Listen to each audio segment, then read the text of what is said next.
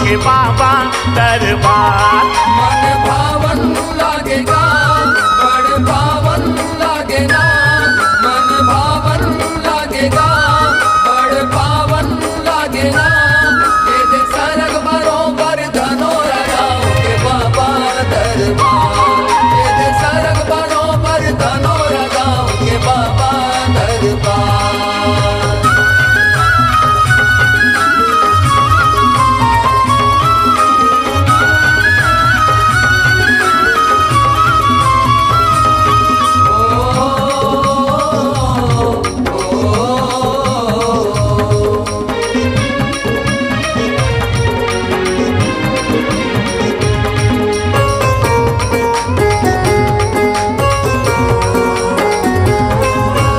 यहाँ विराजे है आदि शक्ति माता चंडी भवानी। माता चंडी भवानी संग में है कोचराइन दाई, महिमा जाए ना बखानी। महिमा जाए ना बखानी।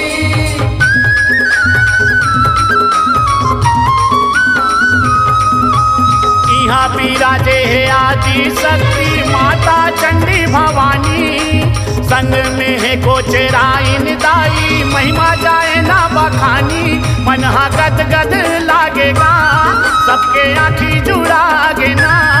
मन गद गद लागे ना, सबके आँखी जुड़ागेगा। सौहे आए हवे जैसे लेके चंडी दाई अवतार। ये सरग बरोबर धनोरा गाँव के बाबा दरबार।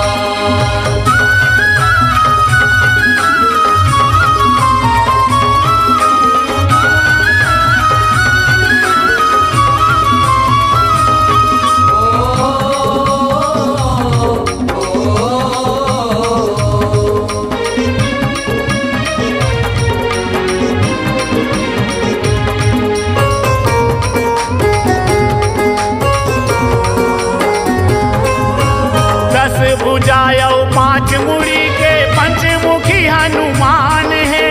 पंचमुखी हनुमान है। श्रद्धा सबूरी के ताता बैठे साईनाथ भगवान है। साईनाथ भगवान है।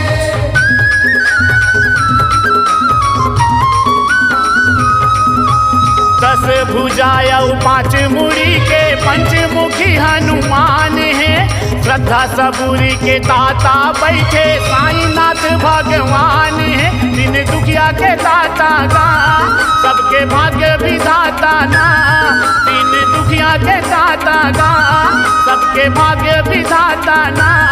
जिन आते प्रभु के शरण में ओकर होते बेड़ा पार। ये सरग बरोबर धनोरा गाँव के बाबा दरबार।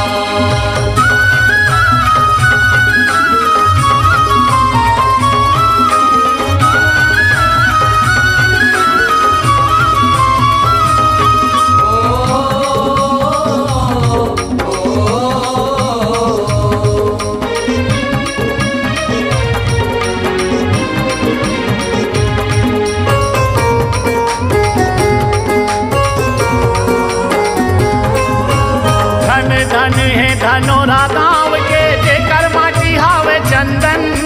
जेकर माटी हावे चंदन। जी हाँ बैठे हावे लक्ष्मण बाबा, तन मन करके अर्पण। तन मन करके अर्पण।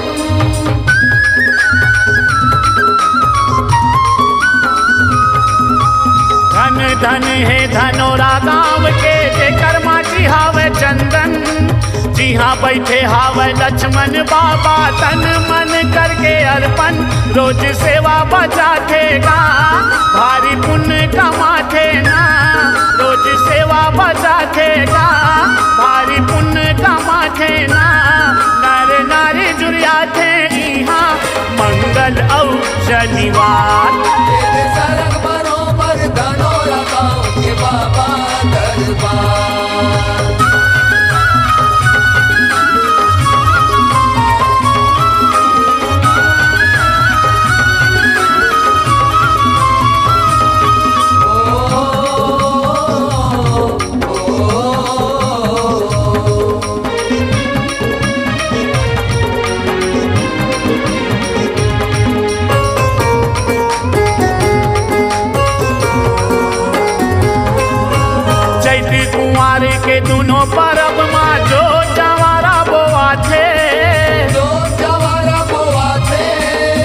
जगमग जगमग माता के भुवना चारों फुट जगमगाथे।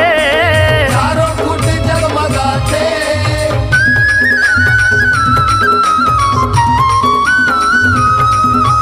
चैत्र कुंवार के दोनों परब माँ जो जवारा बोआथे।